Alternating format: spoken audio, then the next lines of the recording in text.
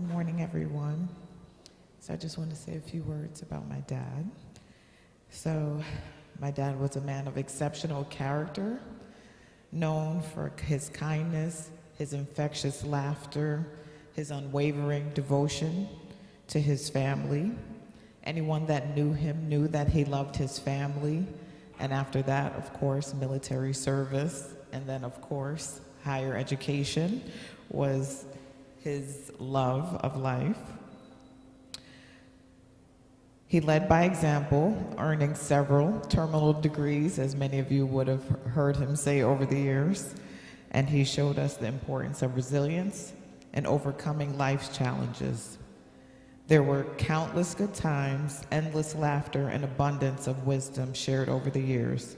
Too many moments to recount now, but we would spend hours and hours talking about my future and what I would do in the future. Through his encouragement and guidance over the years, it led to me obtaining my Doctor of Pharmacy degree, which he was very proud of. He had consistently encouraged me and kept pushing me throughout the years to continue and not stop. His legacy lives on through his children, grandchildren, and all of those who were fortunate enough to know him. And in honor of his memory, I will continue to strive for excellence in everything I do, just as he would have expected. Rest in peace, dear Father. You will forever be loved, cherished, and never forgotten. Thank you, Jasmine. Hello, everyone. My name is Alicia Bazin, although everyone in the family, even Uncle Ken, called me Lisa. Also, Nittle Nisa, so that was my nickname. But I just wanted to share some remarks about Uncle Ken. He came into my life when I was like around 6 or 7 years old. He and Auntie Rosalind started dating and later got married. And when I first met him, I did not like him because he was coming to take one of my favorite aunties away from me, you know, like to take her out. And I'm like, hello, excuse me, this is my favorite auntie, where are you going? But he would also, because he knew how to like, you know, get us to warm up to him, he would bring new movies that they hadn't released yet in the theaters in Trinidad. And that was what would keep us entertained while he spent time with my aunt. So, you know, at that point, we would look forward to when he would come to visit. Uncle Ken was a waterer. And in the New King James Version, Proverbs 11:25 reads, "The generous soul will be made rich, and he who waters will also be watered himself." And so that's where I get that water idea of Uncle Ken. Because since my childhood, he's been like a father, a supporter, a counselor in life, marriage, in my career. Like when I graduated from college, he was there. When I graduated from law school, he was there supporting me. And even when I decided to take a foray into teaching, he'd help me with a presentation that actually landed me the job. Uncle Ken's generous soul, to quote Proverbs, was definitely made richer by his watering, which extended through his teaching and to the many individuals he mentored, and in his generosity to his family and his friends, to his military family, to his community. He never expected anything in return and fully gave of himself, his time, his finances, whatever might be needed. He was always ready to impart wisdom, share some random fact, a silly anecdote, or many, many jokes.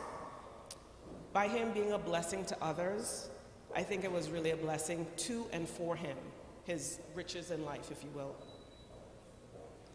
You know, when a man has done what he considers his duty to his people and his country, he can rest in peace.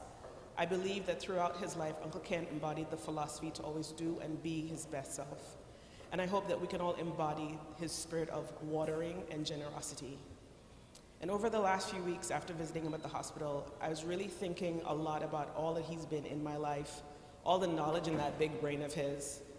The man was brilliant. I mean, 4 PhDs, like, hello? But, you know, all of the knowledge he passed to me and to countless others, I know that he will be greatly missed. But I'm also reminded that Being absent from the body means being present with the Lord. So I pray for all of us during this transition that God will refresh our recollections to the fondest memories we all have of Uncle Ken, and that God will give us peace, give us hope, and continue to remind us that lovely moments are still ahead as we take those precious memories of Uncle Ken with us. And for Uncle Ken, I pray that God grant him eternal rest, and may perpetual light shine upon him forever and ever. And may he sleep in glory and heaven in peace. Good job, Uncle Ken. You've been a good and faithful servant. I'm now going to read some remarks from other family members. I have a poem by Gerald Joseph, who unfortunately fell and can't come up. So this is from Gerald, a poem for Uncle Ken by Gerald Joseph. God saw you getting tired when a cure was not meant to be. So he wrapped his arms around you and whispered, "Come with me." You didn't deserve what you went through, and so he gave you rest. God's garden must be beautiful because he only takes the best. So when I saw you sleeping, so peaceful and free from pain, I could not wish you to come back to suffer all that again. Thank you, Gerald. I'll now also read some remarks from Uncle Ken's sister, Rosanna Nurse. It's titled A Fun Moment. And she writes, Ken was on a tour of duty, and I would send him letters every week. He told me that he read my letters last because they made him laugh a lot. The other soldiers wanted to know why he was so happy and what he was laughing at. They had to wrestle him down to get the first letter. After reading it, they began to laugh hilariously. My letters reminded Ken about all the funny antics, sayings, and performances that he did on stage, in plays, and at home that drove us crazy as children. I finally met the soldiers at Fort Dix when they returned, and they had adopted me as their sister. I'll now read a remark from Uncle Ken's daughter, Stacy Whitlock, who unfortunately couldn't be here because she's in Trinidad and also 8 months pregnant. So she couldn't be here, unfortunately. And Stacy writes, for as long as I remember, over the past 43 years, you haven't missed an event, not a birthday, not a Christmas. Even though our encounters were very few, I always felt you near. A phone call, a postcard, only by Hallmark, just to show you cared. When I announced my marriage, without hesitation, you arrived in Trinidad after many years to be an important memory in my day by walking me down the aisle. 8 years later, hoping that you would have gotten to meet your grandson, God had other plans in mind for you. But Levi, Asher, Kenneth Whitlock will know his grandfather, and that you've always been here, and your name will live on in him. Stacy. I'll also read remarks from my cousin and his nephew, Garvin Williams, who unfortunately has a back injury and couldn't make it from Canada. And Garvin writes, along with the many accolades to his name, Ken was also the embodiment of a long list of personas to us all. A patriot, a soldier, a veteran, a leader, a military brother, a husband, a father, an uncle, a friend. A mentor, a role model, a scholar, a storyteller, even a DJ entertainer during the Sir Ken era. The list goes on and on. This is a significant loss, and the thought of who we are saying farewell to today weighs heavily on all our hearts. This was not just any man. But I am reminded about that poem, The Dash, by Linda Ellis, where it talks about your tombstones being inscribed with your date of birth, a dash, then the date of your passing. While this timestamp is a significant inscription of how long you were on this earth, now that you are gone from us, the dash is the most important. The dash represents what really matters, and that's all the dates and times creating a lifetime of precious memories. So even if we say farewell to you today, you are never lost from us, because there is an enormous treasure trove of memories that will always be remembered. My memory of Ken, well, he was always that uncle you could always count on, ready to provide some guiding advice, and in the middle of a seemingly normal conversation, out of nowhere, there'd be some silly humor, like one of those random donkey references, just strolling into the conversation to lighten up the mood and have you laughing your butt off. So on this final deployment up the road, I know you will be keeping them entertained. Farewell, Sir Kenneth, as you ride off into the sunset on your donkey.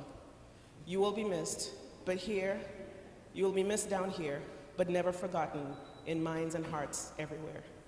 Thank you so much, Alicia. I haven't prepared anything, but I'm going to speak from the heart. My brother Kenneth, I think if there's one word that I think of when I think of him is hilarious. My earliest memories of him was just laughing, antics. Everyone, all of us kids, looked to him for encouragement, for guidance, but most of all, for levity, for lifting our spirits in any occasion, right? Our mother went to the United States in search of work like many Caribbean parents. And we were left behind as kids to look out for each other. And Kenneth was the big brother / father / uncle / every male role model for us. And so as I think of my brother, and like Jasmine, his daughter, said, one of the things that he was very passionate about was education, lifting yourselves up, taking advantage of opportunities. And I remember him encouraging me to, same as Jasmine, to pursue my Ph.D. And I was doubtful. I'm like, I don't really think I'm up to that. And he insisted, yes, you are. You can do it. And I did. And so I actually walk this summer, and I'm so sad that he's not here to see me, but I know in spirit he is. Another thing he encouraged me to do is I joined the military. It was the farthest thing from my mind, but it was absolutely one of the best decisions I've ever made in my life. I'm not a soldier, but as a sailor, I learned all of the things, the valuable things that he held dear. And so today, as a sailor to a soldier, I want to say to my brother, a saying that we use on the ship every night. And it goes like this: taps, taps, lights out. All hands return to your racks. The lights are now out. Taps, taps.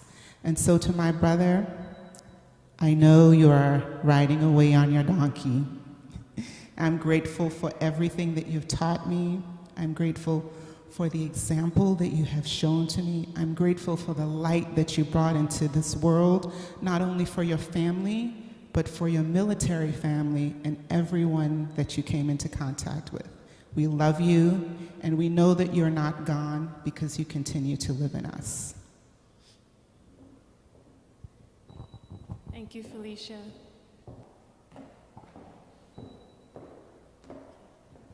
Good morning, everyone. Uncle Ken has always been there for me, from teaching me how to walk to my high school graduation, to helping me move out of my college dorm. He's made sure to show up and show support for all of my milestones. Honestly, I had planned for him to be the one walking me down the aisle, but I know he'll be there in spirit. Each and every memory with him has been enjoyable and filled with laughter. But my most favorite would have to be hopping up on his shoulders whenever I would come to visit, knowing that I'd be greeted with a "Hi, little missy," or a "Hi, munchkin." So thank you for all of your love and positivity. No matter how you were feeling, you always made sure to keep a smile on my face. I love you forever, my Uncle Ken. Thank you, Sydney.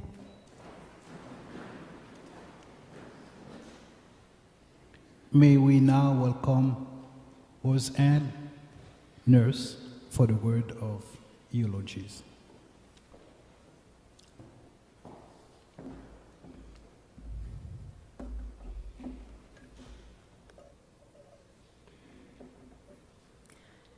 There are a great many things I must tell you. He was called by many titles: Dr. Nurse, Command Sergeant Major Nurse, Commander, Professor, Mentor, Kenneth Nurse, Ken, Uncle Ken. grandpa, brother, son, husband, friend. The title I know him by is Father, the title of my dad. I have a very vivid memory I want to share. I hold it very close to me. As my father is with us today, I will tell him my favorite memory of him. Today of all days is the day he will finally know how I've always felt about him and will always feel about him. Autumn of 1987, I was in the car seat, and I remember looking ahead at the sunlight flickering brightly. I remember the flashes of gold from the sun.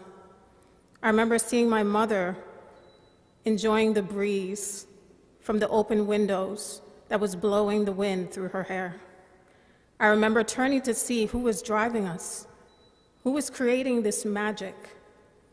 I looked forward and I saw an afro, a very large afro. His hair was sticking up to the top of the inside of the car while the breeze picked up speed. I giggled at the sight, and he looked in the rearview mirror. With warm eyes, we locked eyes with an infectious smile radiated from him. You all know that smile. I felt safe. I felt happy. As the autumn leaves fell during that moment, I closed my eyes in complete contentment. I knew I was protected. I knew I was safe. My dad was 37, and in my 2-year-old mind, I knew this was my first memory, the first image of him in that old tan Pontiac car with my mom beside him.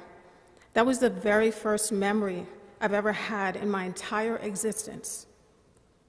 My first memory was of you, Dad, breezing through the wind on a beautiful autumn day. It didn't matter where we were going. All I knew is that we were safe. Safe with you. We were sailing. We were free. My father created an abundance of moments like this, memories that will last forever. He was the dad who would show up for you, the one who would always pick up when you called, the one who would tell the best stories while being so lively and animated.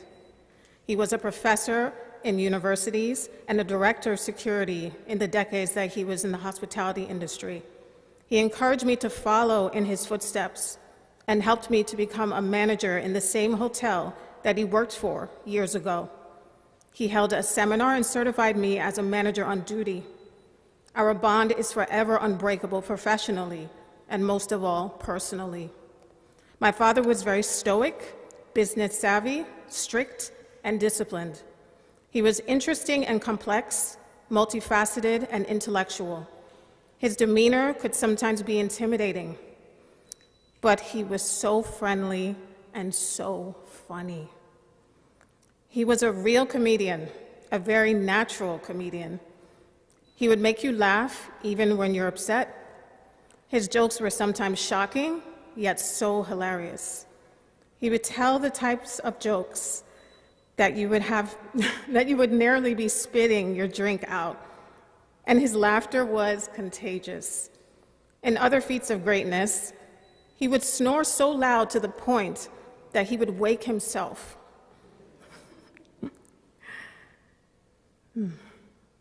I will miss that.